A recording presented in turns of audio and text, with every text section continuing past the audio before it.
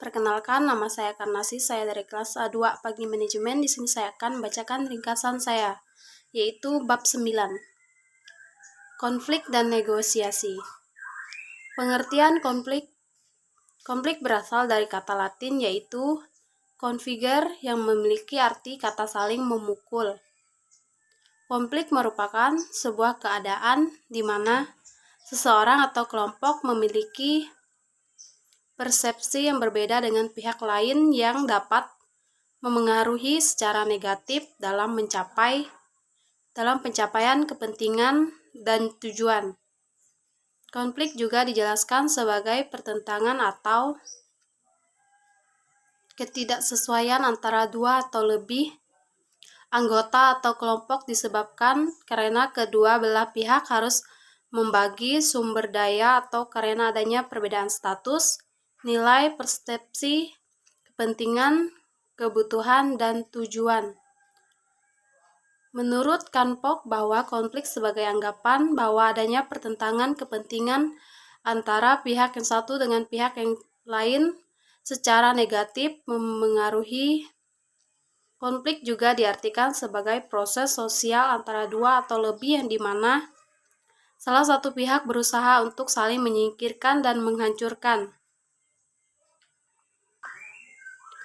Dari beberapa definisi di atas dapat disimpulkan bahwa konflik adalah ketidakcocokan sasaran, perbedaan penafsiran, dan ketidaksepakatan yang terjadi antara dua atau lebih individu maupun kelompok dalam organisasi mencakup kepentingan, kebutuhan, dan tujuan di mana pihak yang satu memengaruhi secara negatif terhadap pihak lain sehingga adanya salah satu pihak merasa dirugikan. Jenis konflik di mana terdiri dari A. Hubungan tugas yaitu penekanan konflik yang terjadi atas isi dan sasaran pekerjaan. B. Konflik hubungan yaitu konflik yang terjadi berdasarkan pada hubungan interpersonal. Dan C. Konflik proses yaitu konflik yang terjadi atas cara dalam melakukan pekerjaan. Pandangan tentang konflik. Dalam perkembangannya terdapat 3 pandangan tentang konflik yang terjadi dalam organisasi, yaitu 1. Traditional view of conflict atau pandangan secara tradisional. Pandangan ini meyakini bahwa konflik terjadi harus dihindari karena semua konflik itu berbahaya. Pandangan tentang konflik ini pada umumnya terjadi pada tahun 1930 sampai 1940-an. Konflik akan mengakibatkan kerugian dan dipandang sebagai sesuatu yang berdampak negatif, buruk, dan berbahaya. Behavioral atau konflik berdasarkan pandangan hubungan manusia. Pandangan ini berpendapat bahwa konflik dianggap sebagai kejadian yang alami, wajar yang tidak dapat dihindarkan kelompok. Interactionist view of conflict atau pandangan interaksionis. Pandangan ini berpendapat bahwa konflik tidak hanya sebagai kekuatan positif tetapi sangat diperlukan dalam peningkatan kinerja. Konflik fungsional dan disfungsional. Konflik secara langsung maupun tidak langsung memberikan dampak pada organisasi. Konflik terbagi atas 2 berdasarkan manfaatnya, yaitu konflik yang bersifat fungsional mengakibatkan hal positif dan bermanfaat. Konflik yang tidak fungsional atau disfungsional mengakibatkan hal negatif dan merugikan. Dampak konflik fungsional dan disfungsional dijelaskan sebagai berikut. 1. Fungsional. Konflik fungsional merupakan konflik yang bertujuan untuk mencapai tujuan organisasi atau kelompok. 2. Disfungsional. Konflik yang menghalangi organisasi atau kelompok untuk mencapai tujuannya. Disfungsional menjadi penghambat kinerja kelompok secara spesifik sehingga menurunkan efektivitas organisasi. Konflik yang menguntungkan dapat berubah menjadi konflik yang berbahaya. Proses konflik. Untuk memahami konflik, maka dapat dijelaskan dari proses konflik yang terdiri dari 5 tahapan, yaitu tahapan 1 potensial, opposition or incompatibility atau potensial pertentangan atau ketidakcocokan. Tahap 2, cognition and personalization atau kognisi dan personalisasi. Tahap 3, intention maksud. Tahap keempat, behavior perilaku, dan tahap kelima, outcome atau hasil. Jenis konflik dalam organisasi.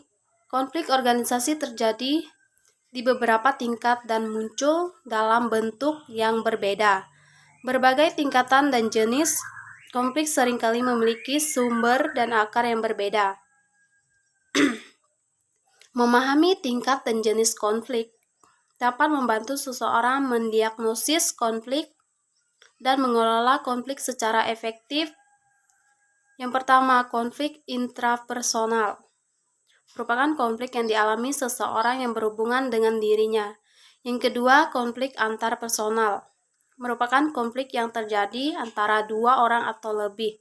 Konflik antara pribadi biasanya terjadi karena berbagai alasan, termasuk perbedaan pandangan mendasar tentang apa yang harus dilakukan, upayanya mendapatkan lebih banyak sumber daya atau orientasi kerja dan waktu. 3. Konflik antar kelompok merupakan konflik yang terjadi antara satu kelompok dengan kelompok lain yang bersifat kolektif. Konflik dalam suatu kelompok kemungkinan besar akan menjadikan yang tertinggi selama tahap awal pengembangan kelompok ketika ada perbedaan yang kuat antara kelompok anggota. 4. Konflik intraorganisasi merupakan semua jenis konflik yang terjadi dalam suatu organisasi. Konflik dapat terjadi antar unit baik secara struktural, fungsional, maupun hubungan vertikal dan horizontal dalam organisasi. Konflik hubungan secara vertikal seperti hubungan manajer dengan bawahan. Hubungan konflik secara horizontal yaitu konflik yang terjadi antar departemen atau kelompok kerja. 5. Konflik antar organisasi merupakan konflik yang terjadi karena adanya saling ketergantungan antar perusahaan dengan perusahaan lain. Contohnya adanya ketergantungan antara perusahaan dengan pemasok, distributor, maupun pelanggan. Pengertian negosiasi. Negosiasi diartikan sebagai suatu proses yang di dalamnya terdapat kesepakatan antara dua belah pihak atau lebih dalam pertukaran barang atau jasa sehingga menghasilkan kesepakatan kerja sama. Negosiasi muncul karena adanya perbedaan pendapat antara kedua belah pihak sehingga perlu dilakukan kerjasama untuk mencapai sebuah kesepakatan. Negosiasi diharapkan menghasilkan kesepakatan yang adil dan masuk akal sehingga memuaskan kedua belah pihak. Negosiasi diartikan sebagai proses tawar-menawar antara pihak-pihak yang terlibat dalam sebuah konflik. Dari beberapa pengertian di atas dapat disimpulkan bahwa negosiasi adalah upaya mencari jalan keluar atau mencari penyelesaian dari pihak-pihak yang terlibat dalam konflik sehingga menghasilkan kesepakatan bersama. Strategi negosiasi. Negosiasi terdiri dari 2 pendekatan antara lain sebagai berikut. Yang pertama, negosiasi distributif. Negosiasi distributif merupakan perundingan bersama yang menghasilkan capaian yang ditetapkan. Negosiasi distributif bersifat membagi sumber daya yang jumlahnya tetap. Tujuan dari negosiasi distributif adalah untuk mendapatkan keuntungan sebanyak-banyaknya sehingga terdapat situasi menang kalah. 2. Negosiasi integratif merupakan perundingan yang menghasilkan pemecahan bersama yang saling menguntungkan, yang mana kedua belah pihak merasa puas atau hasil negosiasi. Negosiasi dengan satu atau lebih penyelesaian dapat menciptakan pemecahan masing-masing sehingga masing-masing perunding mendapatkan keuntungan dan kemenangan. Perbedaan individu dalam negosiasi. Dalam negosiasi perlunya sikap dan suasana positif yang mendukung sehingga menghasilkan kondisi yang baik. Ada beberapa sifat-sifat yang mengaruhi hasil negosiasi seperti sifat kepribadian, perbedaan gender, perbedaan kultural. Perbedaan sifat tersebut dijelaskan sebagai berikut. Yang pertama, kepribadian dalam negosiasi. Yang kedua, perbedaan gender. Yang ketiga, perbedaan budaya. Negosiasi menggunakan pihak ketiga. Negosiasi tidak selamanya berlangsung antara kedua belah pihak. Dalam melakukan negosiasi dapat juga melibatkan pihak ketiga sejak awal dilakukannya negosiasi. Proses negosiasi yang rumit antar kedua belah pihak dapat dibantu dari pihak ketiga. Terdapat 3 peranan dari pihak ketiga yaitu mediator, arbitrator, dan konsiliator. Yang pertama, mediator atau penengah. Mediator merupakan pihak ketiga yang bersifat netral yang berfungsi untuk memfasilitasi penyelesaian negosiasi dengan menggunakan penalaran, pembujukan, pemberian usulan, dan saran alternatif. Kedua, arbitrator atau wasit. Arbitrator merupakan pihak ketiga yang selalu menghasilkan penyelesaian dan memiliki wewenang memaksa agar terjadinya sebuah kesepakatan. Arbitrator memiliki kewenangan untuk mendiktekan kesepakatan. Ketiga, konsiliator atau perujuk. Konsiliator merupakan orang atau pihak ketiga yang dipercaya dan netral yang bertugas untuk menjembatani proses komunikasi antar kedua belah pihak yang bersitegang. Konsiliator tidak memiliki wewenang memengaruhi hasil negosiasi. Yang keempat, konsultasi.